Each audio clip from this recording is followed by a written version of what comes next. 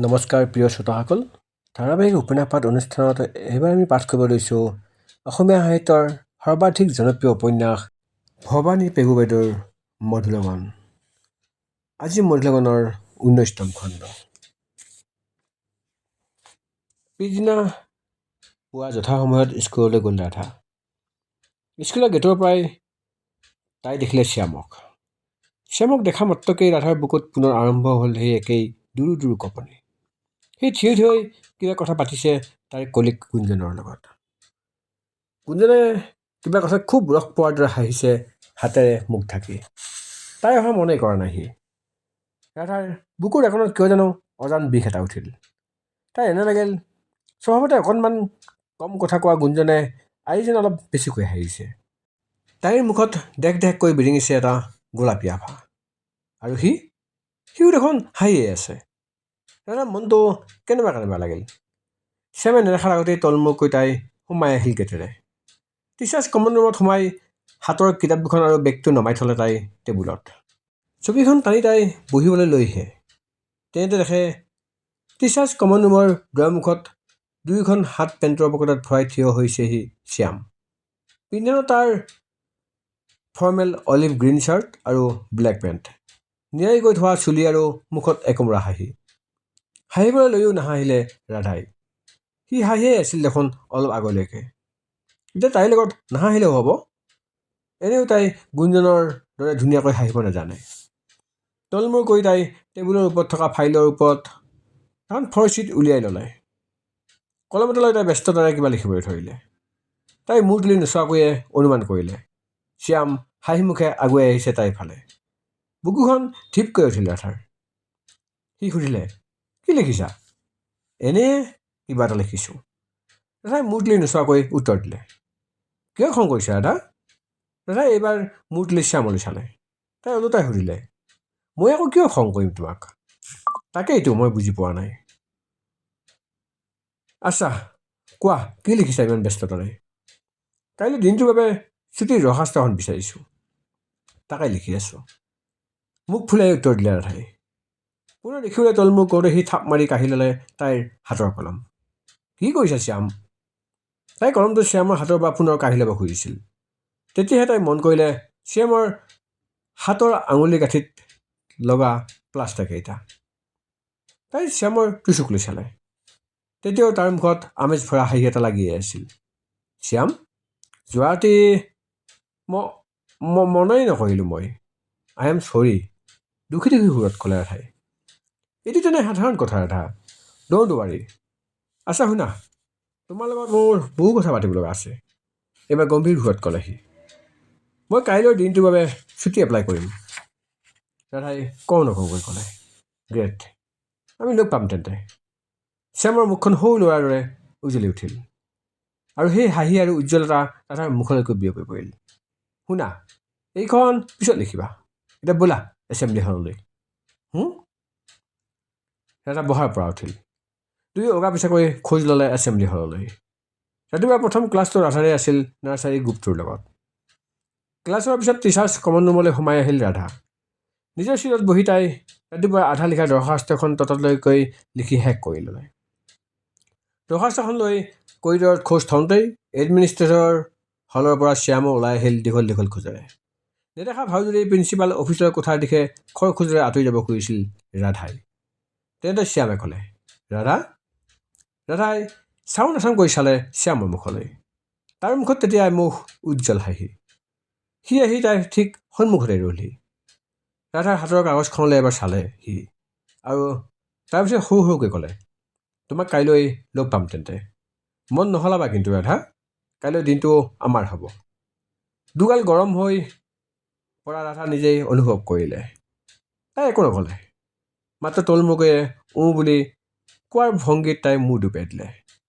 হাঁহি ভৰা মুখেৰে শ্যাম আঁতৰ হ'ল দীঘল দীঘল খোজেৰে। ৰাধা একেথৰে চাই ৰ'ল সি যোৱাৰ ফালে। এক লহমাৰ বাবে বুকুৰ একোণ যেন তাই খালী হৈ পৰিল। চৌপাশৰ কোলাহলৰ মাজতো যেন তাইক নৈশব্দতাই ঘেৰি ধৰিলেহি হঠাতে। স্কুল ছুটিৰ আগে আগে সাধু কথাৰ প্ৰজেক্টটোৰ বিষয়ে অকণমান আলোচনা কৰিবলৈ ডাইৰেক্টৰৰ অফিচৰ কোঠালৈকে গ'ল ৰাধা। ৰাধাক দেখি মিছ কুৰেশ্বীৰ গম্ভীৰ চকুজুৰিত হাঁহি বিৰিঙিল। তেওঁ ৰাধাক বহিবলৈ দি ক'লে, আহা মিছ ৰাধা, আৰু কোৱা কিমান কাম আগবাঢ়িছে তোমাৰ? ৰাধাই কামটো কেনেদৰে আগবঢ়োৱাৰ কথা ভাবিছে সেই বিষয়ে সংক্ষেপতে তেওঁক বুজাই ক'লে। লগতে প্লানিং শ্বীটখনো আগবঢ়াই দিলে মিছেছ কুৰেশ্বীলৈ। মিছেছ কুৰেশ্বীয়ে আগ্ৰহেৰে চকু ভৰাই চালে। প্লেনিং শ্বীটখনত ৰাধাই গোট গোট আখৰে লিখিছে বয়স অনুসৰি সাধুবোৰৰ 3টা স্তৰ, আৰু প্ৰতিটো স্তৰৰ তলত লিখা আছে এতিয়ালৈকে যুগুতোৱা সাধুবোৰৰ নামৰ একোখনকৈ দীঘলীয়া list. Good work miss Radha, সাধুকথাৰ সংগ্ৰহবোৰ খুব সুন্দৰ আৰু শিশু উপযোগী হৈছে। এতিয়া প্ৰথমে এইখিনি সৰল ভাষাত অনুবাদ কৰাটোৱেই হৈছে তোমাৰ মূল কাম। যদি তুমি ইচ্ছা কৰা বিদেশী মূলৰ সাধুকথাবোৰতো চকু ফুৰাই চাব পাৰা। তদুপৰি মুখে মুখে প্ৰচলিত জনজাতীয় মূলৰ সাধু আদিবোৰৰ কথাও ভাবি চাব পাৰা। ৰাধাই নম্ৰতাৰে ক'লে, মেম, এই মুহূৰ্তত মোৰ হাতত ইমানখিনিয়ে আছে, আৰু মই এই সাধুবোৰকে অনুবাদ কৰি কম্পাইল কৰাৰ কথা ভাবিছোঁ। কাৰণ মৌখিক সাধুবোৰ গোটাবলৈ হ'লে মই আৰু গভীৰলৈ যাব লাগিব। জনশ্ৰুতিবোৰ বুজিবলৈ হ'লে জনজাতীয় সমাজত নিজেই গৈ কথা পাতি সেইবোৰ সঠিক ৰূপত বুজি লৈ লিখি উলিয়াব লাগিব, আৰু তাৰ বাবে যথেষ্ট সময় লাগি যাব পাৰে মেম। মিছেছ কুৰেশ্বীৰ বুদ্ধিদীপ্ত চকুহালিয়ে ৰাধাক নিৰীক্ষণ কৰিলে খন্তেক। কথাটো চিন্তা কৰি চাই তেওঁ ক'লে, তুমি ঠিকেই কৈছা বোধহয়। ইমান ডিটেইলছত সোমাবলৈ হ'লে তোমাক সময় আৰু সমল দুয়োটাই লাগিব, নহয় জানো? হয় মেম। অ'কে মিছ ৰাধা, এই প্ৰজেক্টটো সফল হ'লে ইয়াৰ পিছৰ স্তৰত আমি নিশ্চয় এই কথাও ভাবিব পাৰিম, নে কি কোৱা? নিশ্চয় পাৰিম মেম। চকুহালি তিৰিবেলাই উঠিল ৰাধাৰ। ওঠত বিয়পি পৰিল এটা আনন্দৰ হাঁহি। অন্ততঃ এই কামৰ বাবে তাইক যোগ্য বুলি বিবেচিত কৰিছে ছানৰাইজ গ্ৰুপৰ ডাইৰেক্টৰে। সুখী হ'বলৈ ৰাধাক ইয়াতকৈ যেন আৰু বেছি একো নালাগে। ধন্যবাদ জানাই তেতিয়া ৰাধা উঠি যাবলৈ উঠে। তেতিয়াই মিছ কুৰেশ্বীয়ে তাইক সুধিলে, ৰাধা, তুমি ছুটি লৈছা নেকি অহা কাইলৈ? হয় মেম। পূজা বন্ধত পাবাই দেখোন তুমি। মেম, ব্যক্তিগত খুৰা কাম এটা আছে, খুব জৰুৰী। ঠিক আছে তেন্তে, তেওঁ হাঁহিলে ধুনীয়াকৈ। ডাইৰেক্টৰৰ অফিচ কোঠাৰ পৰা লৰালৈকে ওলাই আহিল ৰাধা। সেই বুদ্ধিদীপ্ত চকুহালিত চকু থৈ মিছা কথা কোৱাও যে ইমান সহজ কথা নহয়। পিছদিনা পুৱাও অন্য দিনৰ দৰেই সোনকালে উঠিল ৰাধা। পুৱা সোনকালে শুই উঠাটো ৰাধা এতিয়া লাহেকৈ অভ্যাসত পৰিণত হৈছে। ওলাই আহি ৰাধা দেখে বাহিৰত আজি দেখোন গোমা বতৰ। আকাশত এচপৰা ক'লা ডাৱৰ সিঁচৰিত হৈ অ'ত ত'ত উপঙি ফুৰিছে। লগতে বলিছে ফিৰফিৰীয়া এজাক বতাহ। এই ঋতুত এনে বতৰ দুৰ্লভ। মন ভাল লাগি গ'ল ৰাধাৰ। বতাহজাকে যেন তাইক কাণে কাণে ফুচফুচাই ক'লেহি, আজিৰ দিনটো আমাৰ হ'ব ৰাধা, কেৱল আমাৰ। ৰাধা খৰধৰকৈ সোমাই আহিল ভিতৰলৈ। মোবাইলৰ স্ক্ৰীণ আনলক কৰি চালে তাই। পুৱা 5 বজাতে শ্যামে এটা মেছেজ পঠিয়াইছে, মোৰ ৰাধা, শুই আছা? Good morning. মোলৈ মেছেজ কৰিবা ৰাধা? ৰাধাই উত্তৰটো টাইপ কৰিলে, গুড মৰ্ণিং শ্যাম, মই সময়টো তোমাক জনাই আছোঁ ৰ'বা। মেছেজ পঠিওৱাৰ পিছত ৱাছৰুমলৈ গৈ গা পা ধুই ফ্ৰেছ হৈ আহিল ৰাধা। সকলোৰে লগত একেলগে ব্ৰেকফাষ্ট টেবুলত বহিল যদিও একোকেই খাব নোৱাৰিলে তাই। পেট যেন ভৰিয়ে আছে আগৰে পৰাই। চাহ খাই থকাৰ পৰা চাওঁ সময়টো বুলি কৈ টেবুলৰ ওপৰত থোৱা ৰাধাৰ মোবাইলটো ৰাগিনীয়ে হঠাৎ তুলি লোৱাত ৰাধাই লগে লগে থাপ মাৰি ঘূৰাই ল'লেহি। কি ঠিক, শ্যামে তেতিয়াই যদি মেছেজ নতুবা কল কৰি দিয়ে। ৰাগিনীয়ে আচৰিত হৈ তাইলৈ চোৱাত তাই লাহেকৈ ক'লে, সময়ৰ ছেটিং মিলাই থোৱা নাই। ৰাগিনীয়ে এক অদ্ভুত ভংগীত এবাৰ ৰাধালৈ আৰু আনবাৰ মোবাইলটোলৈ চালে। ৰাগিনীয়ে বাৰু সন্দেহ জন্মিছে নেকি মোৰ ওপৰত? ৰাধাই ভাবে। মনটো তাইৰ মৰহি পৰিল এবাৰলৈ। ৰাধাই নিজৰ মনটোক প্ৰবোধ দিলে। পিছত ৰাগিনীক কথাবোৰ বুজাব তাই ভালকৈ। ৰাগিনীয়ে নিশ্চয় বুজি পাব। তলমূৰ কৰি ৰাধাই খোৱাত মনোযোগ দিবলৈ চেষ্টা কৰিলে। পুৱা 10 বজাত ৰাধা ওলাই আহিল ঘৰৰ পৰা। অকণমান আঁতৰত ৰাস্তাৰ কাষত তাইৰ বাবে ৰৈয়ে আছিল শ্যাম। গাড়ীত হাতৰ কিলাকুটিৰে ভেজা দি থিয় হৈ আছিল সি। শ্যামক দেখাৰ লগে লগেই বুকু দূৰ দূৰ কঁপনিটো যেন বেছি হৈছে তাইৰ। অহৰহ ডুব ডুব ডুব ডুব। নিজৰ ভৰি দুখনৰ লগত যুঁজি যুঁজি আগবাঢ়িল ৰাধা। নহ'লে কম্পিউটাৰ ভৰিখনে যেতিয়াই যেন মাটিৰ পৰা খোপনি হেৰাই পেলাব। বিহেভ ৰাধা, ৰাধাই নিজকে গালি পাৰিলে মনে মনে। তাইক দেখাৰ লগে লগে ফৰকাল হাঁহি এটা বিয়পি পৰিল শ্যামৰ মুখমণ্ডলত। সি হাঁহি মুখেৰে ক'লে, thank you for coming Radha. উত্তৰত ৰাধাই হাঁহিলে মাত্ৰ। শ্যামে সন্মুখৰ পেছেঞ্জাৰ ছিটৰ দুৱাৰ খুলি তাইক বহিবলৈ দিলে। তাৰপিছত গাড়ীৰ ফুটবোৰ্ডত এখন ভৰি উঠাই ৰাধাৰ ফালে সামান্য হালি আহিল শ্যাম। ৰাধাৰ দুচকুত চকু থৈ সি ক'লে, তোমাক খুব ধুনীয়া লাগিছে ৰাধা। গোলপীয়া চুটযোৰৰ ৰং যেন ৰাধাৰ দুগাললৈ বিয়পি পৰিল মুহূৰ্ততে। সলাজ কোমল হাঁহি এটাৰে তাই শ্যামলৈ চালে মাথো। শ্যাম, তোমাকো খুব ধুনীয়া লাগিছে। Handsome, the most dashing man I have ever men it my life. ৰাধাই মুখ ফুটাই কিন্তু তেনেকৈ একোকেই নক'লে। তাই মাত্ৰ ল'ৰালৈকে ক'লে, শ্যাম, আমি ইয়াৰ পৰা সোনকালে ওলাই যোৱাই ভাল হ'ব, কোনোবাই দেখিব নহ'লে। হাঁহি মুখে গাড়ী ষ্টাৰ্ট দিলে সি। ৰাধাই শুনা নুশুনাকৈ সি দুষ্ট সুৰত গুণগুণাই উঠিল, ৰাধা, জব প্যাৰ কিয়া তো ডৰনা কিয়া। খানাপাৰা পাৰ হৈ গাড়ীৰ শ্বিলং অভিমুখে পাহাৰীয়া গতিত উঠিছিল সি। যথেষ্ট দূৰ অহাৰ পিছত একা বেকা ঠেক পাহাৰীয়া মসৃণ পথেৰে গাড়ী নামি আহিল। ৰাস্তাৰ দুই কাষে চিনাকি অচিনাকি ওখ গছ গছনি।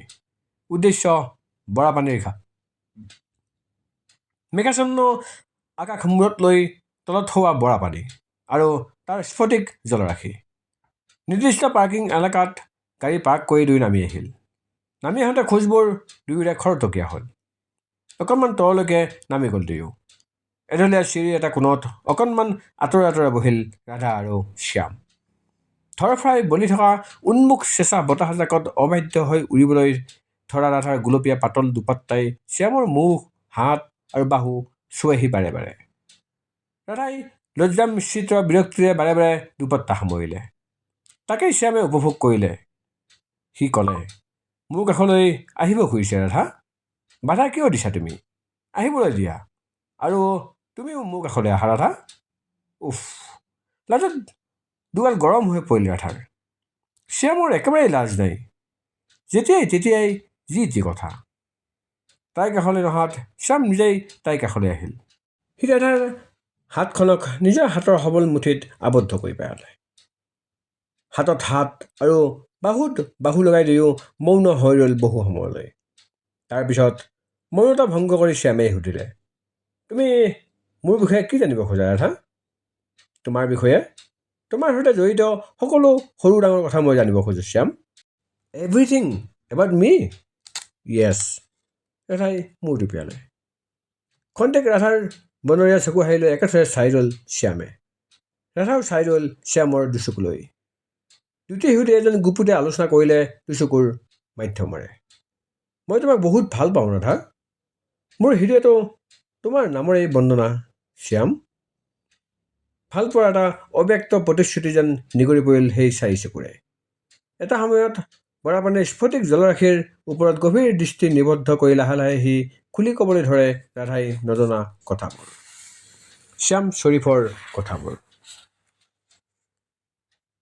ফিৰফিৰীয়া চেঁচা বতাহজাকে যে তেতিয়া বৰাপানীৰ গহীন বুকুত তুলিছে অসংখ্য চঞ্চল জোৱাৰ। অতীতৰ সতে কিছু সময় অকলেই যেন আলাপ কৰে শ্যামে। মাকৰ মুখেৰে শুনা কথাবোৰ আকৌ এবাৰ উকিয়াই লৈ মনতে। শ্যামে ক'বলৈ ধৰে, গুৱাহাটীৰ মাজমজিয়াত স্থিত প্ৰতাপ দুৱাৰাৰ ঘৰ। ৰাধা, তুমিতো জানাই প্ৰতাপ দুৱাৰা কোন? জানো। প্ৰতাপ দুৱাৰা ঋষিৰ ককাৰেউতা। ৰাধাই তৎক্ষণাৎ ক'লে, তেতিয়াৰ প্ৰতাপী IAS বিষয়া প্ৰতাপ দুৱাৰা। সৎ, নিষ্ঠাৱান আৰু নিয়মানুৱৰ্তিতাৰ মাজেৰে চাকৰি জীৱন পাৰ কৰা প্ৰতাপ দুৱাৰা হেনো নামে কামে কাজে দেখাই শুনাই প্ৰতাপী ব্যক্তি আছিল। নিজৰ চাকৰিকালত কেইবাটাও গুৰুত্বপূৰ্ণ বিভাগৰ মুখ্য পদবীতো অধিষ্ঠিত হৈছিল তেওঁ। পত্নী সুলক্ষণা দুৱাৰা, দুটিকৈ পুত্ৰ আৰু এটি ধুনীয়া কন্যা সন্তানেৰে সুখৰ জীৱন তেওঁৰ। আনৰ চকুত ঈৰ্ষণীয়। শিক্ষাৰ ক্ষেত্ৰতো সেই তিনিটি সন্তান খুব আগবঢ়া আছিল। বৰপুত্ৰ মানৱন্ত দুৱাৰাই ইঞ্জিনিয়াৰিং শিক্ষাৰ পিছতে চৰকাৰী চাকৰিতো নিযুক্তি পাইছিল। সেই সময়ত দুৱাৰা দম্পতীৰ সৰু পুত্ৰ কীৰ্তিমান দুৱাৰা দিল্লী ইউনিভাৰ্চিটিৰ ছাত্ৰ। নুমলীয়া আলসুৱা যি তেতিয়া কটন কলেজত কলা শাখাৰ ছাত্ৰী ৰাণী, যাক সকলোৱে মৰমতে ঘৰত ৰাণীমা বুলিয়েই মাতিছিল। ৰাণীমা দুৱৰা আংকলৰ ভনীয়েক। তাতে আচৰিত হৈ উঠিলে, কাৰণ ঋষি নতুবা অন্য কাৰো মুখতে এই নামটো আগতে শুনা মনত নাই ৰাধাৰ। তুমি বোধে এইবোৰ কথা নাজানা ৰাধা? মই তোমাক সকলো কথাই ক'ম আজি। হাঁহি হাঁহি শ্যামৰ ওঠত বাগৰিল। সি পুনৰ ক'বলৈ ধৰিলে কথাবোৰ। বৰপুত্ৰৰ চাকৰি হোৱাত খুব সুখী হৈছিল দুৱৰা দম্পতী। কাৰণ বৰপুত্ৰ মানৱেন্দ্ৰ দুৱৰা পঢ়া শুনাত উজ্জ্বল ছাত্ৰ হ'লেও খুব বিশৃংখল আছিল তেওঁৰ স্বভাৱ চৰিত্ৰ। ইঞ্জিনিয়াৰিং পঢ়ি থাকোঁতেই মদ খোৱা, চিগাৰেট হুপি খোৱা আদি বৈধ অভ্যাসবোৰ আৰম্ভ হৈছিল তেওঁৰ। চাকৰিকালত আৰম্ভণি সকলো ঠিকেই চলিছিল, কিন্তু লাহে লাহে চৰকাৰী চাকৰি এটাৰ সীমাবদ্ধ দৰমহাৰ প্ৰতি মানৱেন্দ্ৰ দুৱৰাৰ অনীহা বাঢ়ি আহিছিল। সেয়ে নিজস্বকৈ কিবা এটা আৰম্ভ কৰিবলৈ ইচ্ছা কৰিছিল তেওঁ। প্ৰথমে দেউতাক প্ৰতাপ দুৱৰাই হেনো একেবাৰে মানি লোৱা নাছিল এই কথা, কিন্তু পুত্ৰৰ চাকৰিৰ প্ৰতি বাঢ়ি অহা অসন্তুষ্টিক লক্ষ্য কৰি তেওঁ মানি লৈছিল পিছলৈ। চাকৰি এৰি ব্যৱসায়ত হাত দিছিল মানৱেন্দ্ৰ দুৱৰাই। ব্যৱসায়টো লাভ দেখা গৈছিল প্ৰথমৰ পৰাই। সমান্তৰালভাৱে মানৱেন্দ্ৰ দুৱৰাৰ ব্যক্তিগত জীৱনলৈ নামি আহিছিল আগতকৈ বেছি বিশৃংখলতা। ব্যৱসায় বৃদ্ধিৰ সমান্তৰালভাৱে বাঢ়ি আহিছিল পাৰ্টি আৰু বন্ধু বান্ধৱৰ হিংসা। পুত্ৰৰ জীৱনৰ এই বিশৃংখলতা দেখি চিন্তাত পৰিছিল মাক দেউতাক। আত্মীয় কুটুম্বই উপদেশ দিলে, ঘৰলৈ বোৱাৰী আহিলে সকলো ঠিক হৈ যাব। দুৱৰা দম্পতীয়েও চিন্তা কৰি চাইছিল কথাটো। তাৰপিছতে আৰম্ভ হৈছিল বৰপুত্ৰৰ বাবে উপযুক্ত পাত্ৰীৰ সন্ধান। বৈবাহিক সম্বন্ধৰ বাবে খুব ভাল সম্ভ্ৰান্ত ঘৰৰ পৰা প্ৰস্তাৱ আহিছিল, কিন্তু দুৱৰা দম্পতীৰ চকু পৰিল মাত্ৰ এগৰাকীৰ ওপৰতহে। ছোৱালী উচ্চ শিক্ষিত আছিল, সৎ, নিষ্ঠাৱান, শিক্ষক পৰিয়ালৰ একমাত্ৰ জীয়েক। পুত্ৰইও মাক দেউতাকৰ ইচ্ছাত সন্মতি দিছিল। ফলস্বৰূপে কথা আগবাঢ়িল, আৰু এদিন ধুমধামকৈ আদৰি অনা হ'ল বৰ বোৱাৰীক। মানৱেন্দ্ৰ দুৱৰাৰ পত্নী হ'লহি তৰালী দুৱৰা। তৰালী দুৱৰা। এইবাৰ আৰু আচৰিত হোৱাৰ পাল ৰাধাৰ। ঋষিৰ মাকৰ নাম অঞ্জুশ্ৰী দুৱৰা বুলিহে জানে তাই, যাক মৰমতে দুৱৰা আংকলে শ্ৰী বুলি মাতে। ৰাধাৰ বিমূৰ দুচকুৰ চাৱনিলৈ খন্তেক চায়েই ৰ'ল শ্যামে। ৰহস্যঘন হাঁহি এটা পুনৰ শ্যামৰ দুচকুত বিৰিঙি উঠিল। শ্যামে পুনৰ কৈ গ'ল কথাবোৰ। কিছু বছৰ খুব সুখেৰেই পাৰ হ'ল।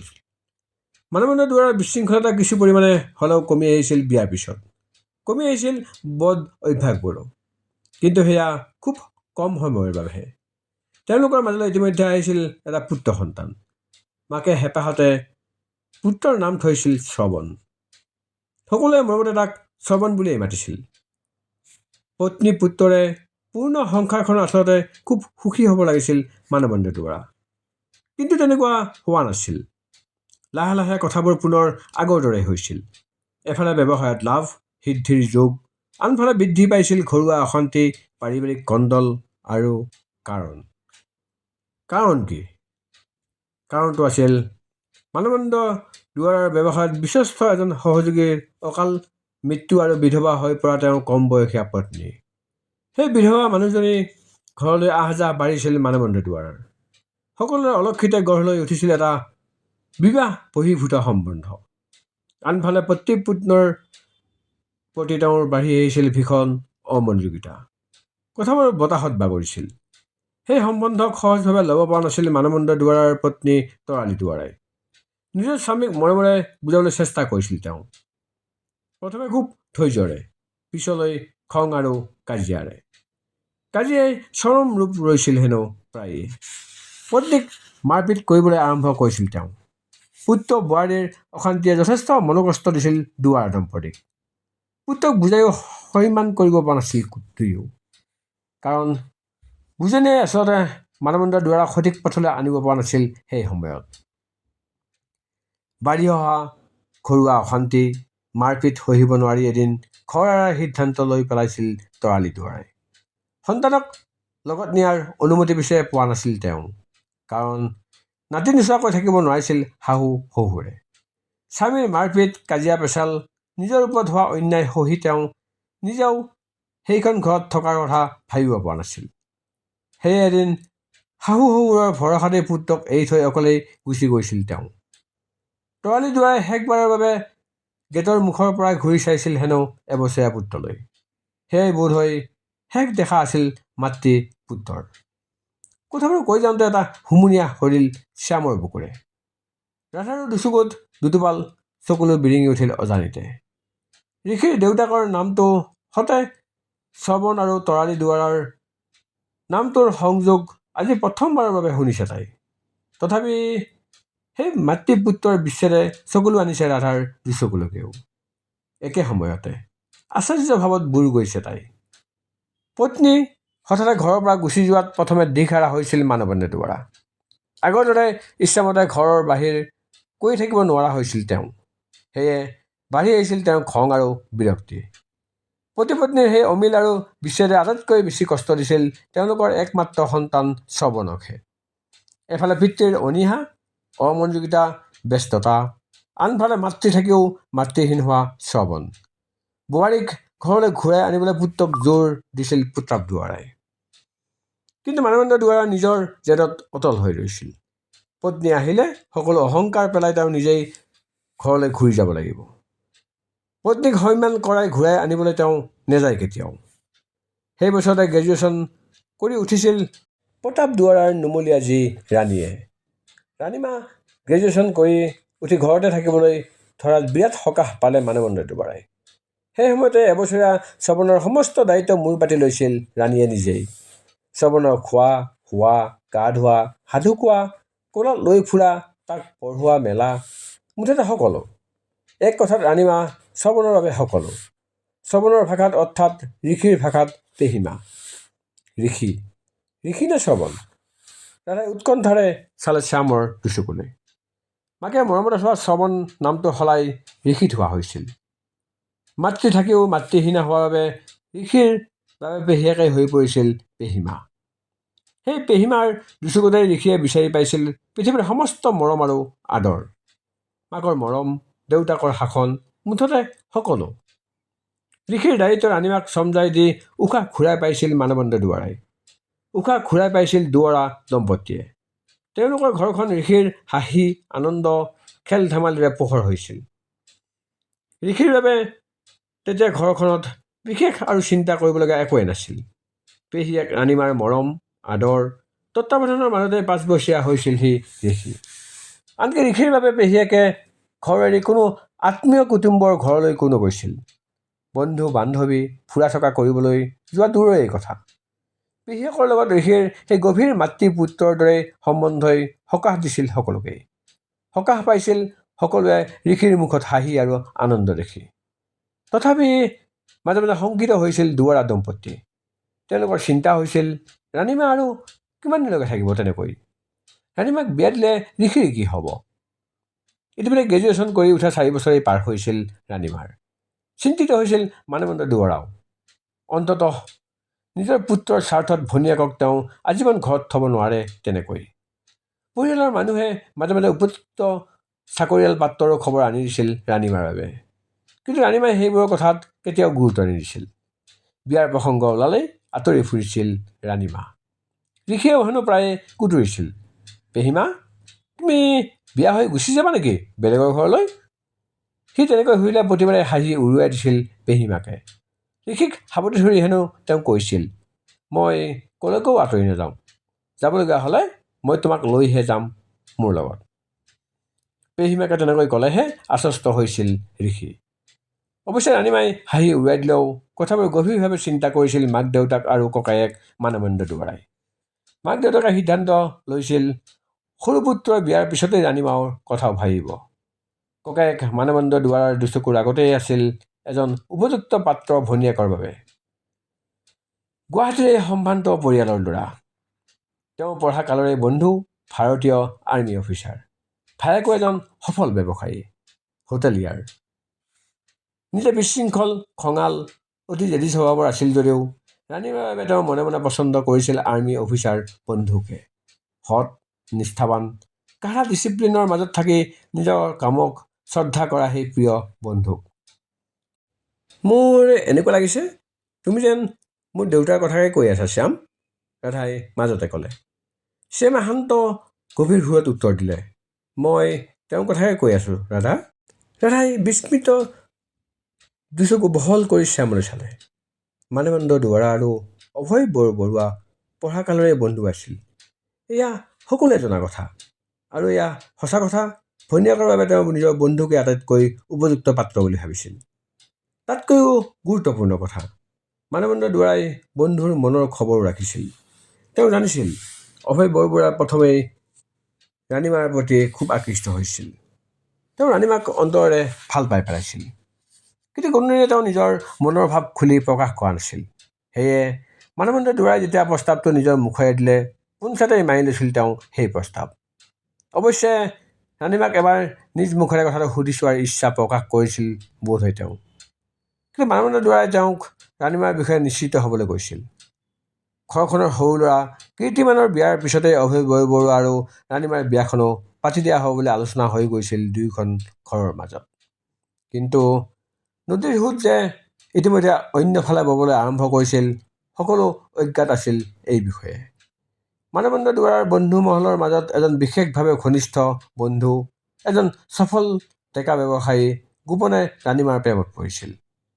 ঋষিৰ লগত সৰ্বদা লাগি থকাৰ মাজতো তেওঁৰ দুচকুৰ ভাষা পঢ়ি পেলাইছিল ৰাণীমাই।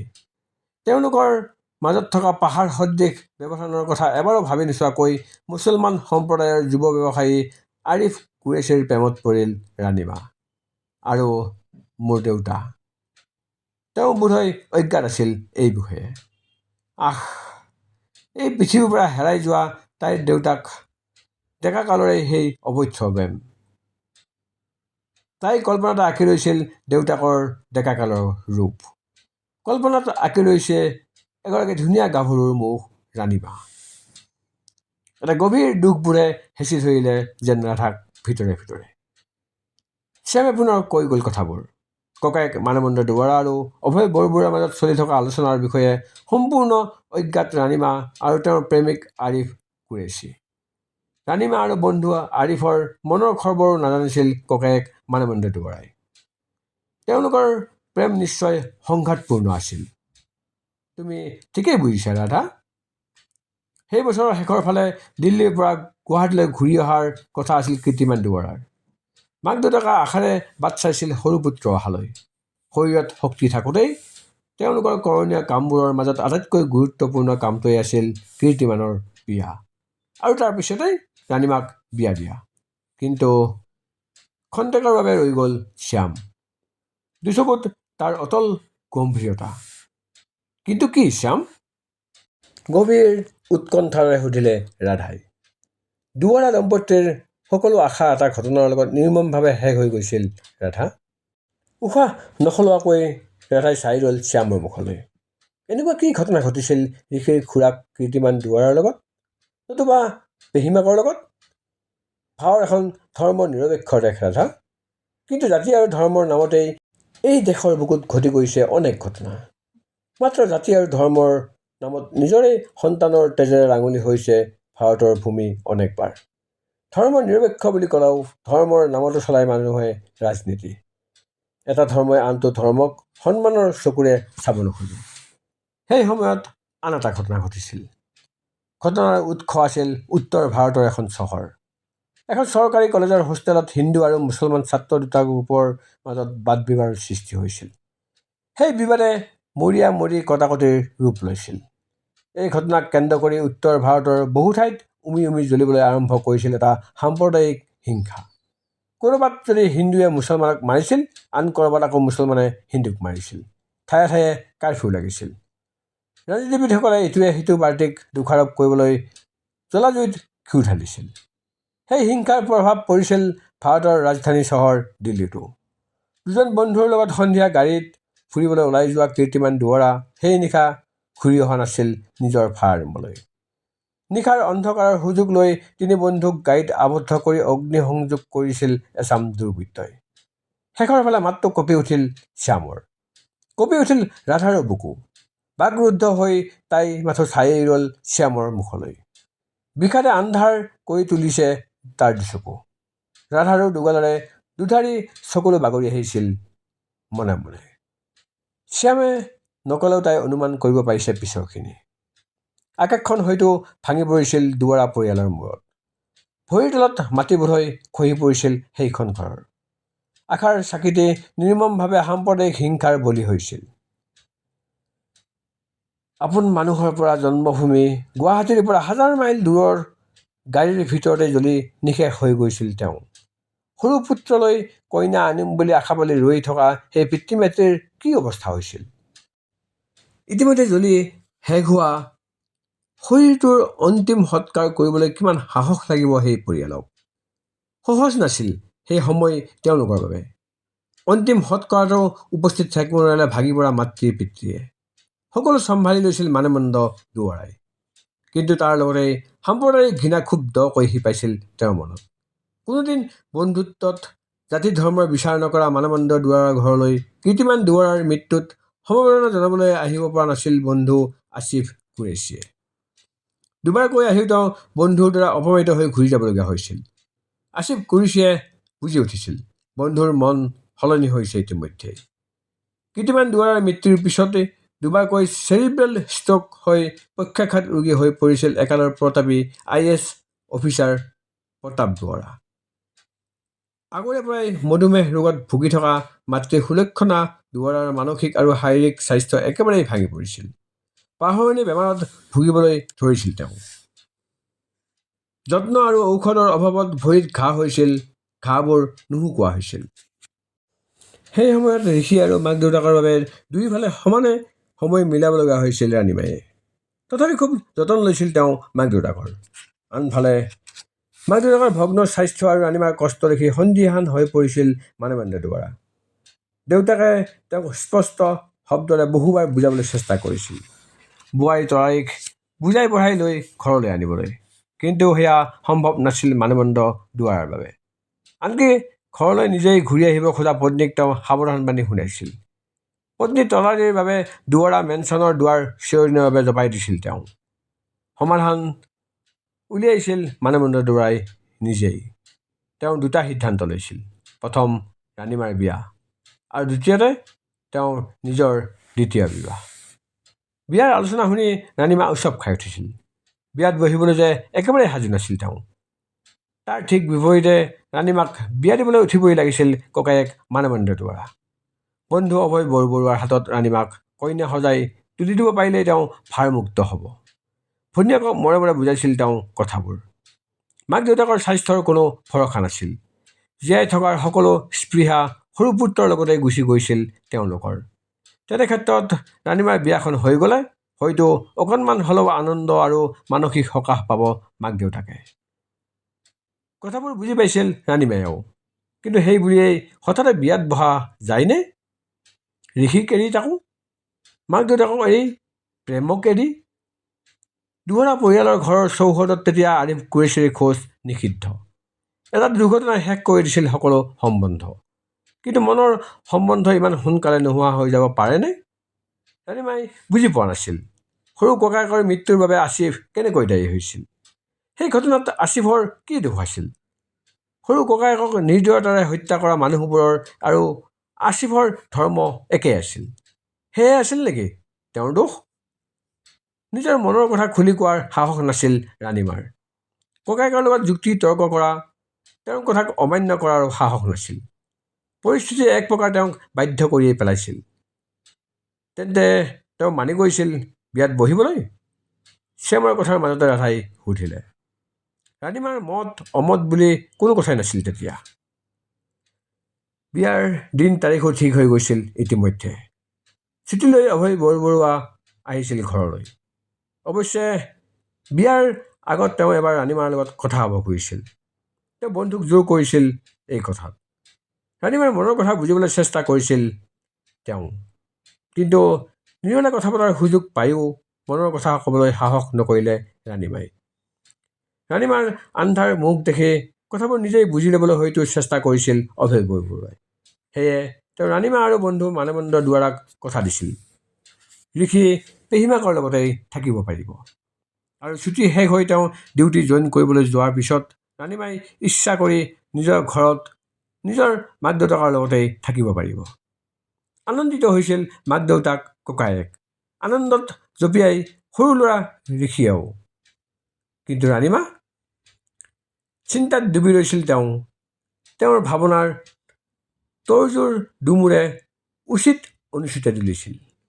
এফালে ঋষি আৰু মাক দেউতাক, আনফালে প্ৰেম। ভাৱনাৰ তৰ্জোত প্ৰেমতকৈ দায়িত্ববোধৰ ওজন বেছি হৈছিল।